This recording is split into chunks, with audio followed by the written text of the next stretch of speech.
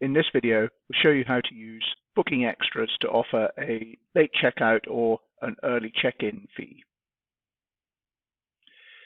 So first of all, we'll set up the extra. So Properties, Booking Extras.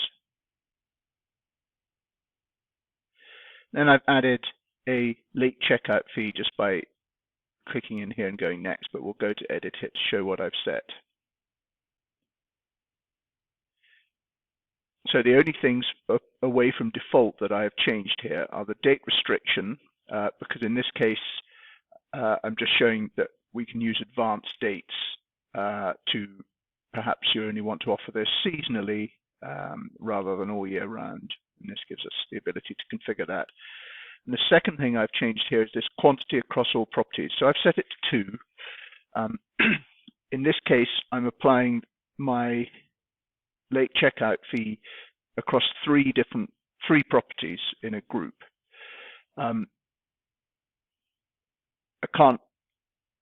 My cleaners have to clean one property first, so therefore we're only offering the late checkout to the other 2. And this is something you need to be careful about, is offering late checkout to everyone, because then you may not have enough time to clean the properties. And obviously, conversely, early check-in, you don't want everyone to be checking in early if it's not possible. And I'll show you how this works in a second. So under Properties, Edit, I've then gone into the Booking Extras section for this property. And in this case, I've added £100 late checkout fee, max for this property 1. Everything else I've left as default, payable on the balance. And here in the select dates option, because we chose those advanced dates, in fact, I've just put it for all dates, but I could have put it just for July and August, or just for even just off season or whatever, and you can add more date ranges.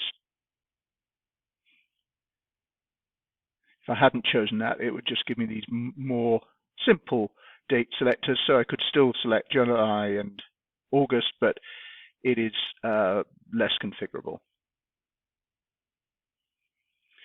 So once I've done that, if I go to my calendar, so this is the lodges, and if I go, to my grid view, you can see I've got 3 lodges in my group. They're called deluxe lodges in a group.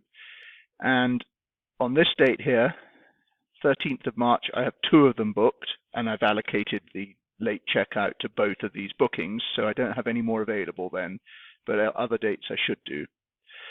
So if I go to my calendars and I choose the 6th of March for 7 nights,